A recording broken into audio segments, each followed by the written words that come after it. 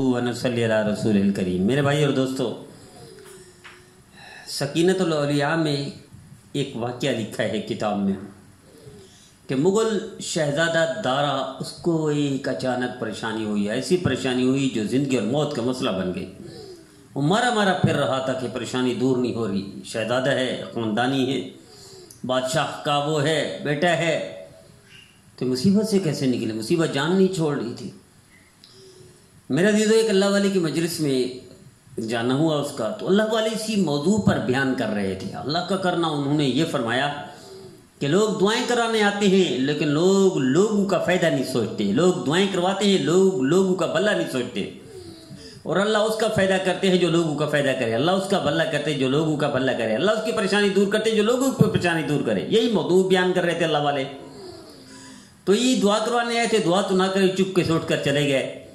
कुछ गरीब जो इन्हीं के अपने वो थे, नौकर थे, मुलाजिम थे, खानसामा वगैरह वगैरह, धोबी, क्या करें, इनके साथ कुछ एहसान कर दिया, भलाई कर दी, इनके साथ ताउन कर दिया, मदद कर दी वगैरह वगैरह।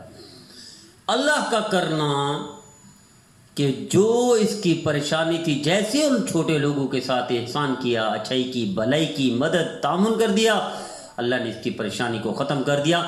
यहाँ तक कि फिर वो दारा मुग़ल शहज़ादा वापस अल्लाह वाले की मजलिस में, हज़रत आपने सच फरमाया था, आपकी मजलिस में हाजिर हुआ दुआ के लिए, लेकिन आप ऐसा मौजू बयान फरमा रहे थे जिस मौजू पर मैंने अमल किया, अल्लाह ने मेरी परेशानी को ख़त्म कर दिया। मेरे दीदो, आप भी तजर्बा करके देख लो। दुआएं ना करवाओ, लोगों के साथ भलाई करो, अल्लाह आपकी भलाई करेगा। दुआएं ना करवाओ, लोगों की तकलीफ़ें दूर करो, अल्लाह आपकी तकलीफ़ दूर करेगा। दुआएं ना करवाओ, लोगों के दुख दर्द को ख़त्म कर दो, अल्लाह आपके दुख दर्द को ख़त्म करेगा। लोगों की परेशानी दूर कर दो, अल्लाह आपकी परेशानी को ख़त्म कर देगा। तजर्बा करके देख लीजिए।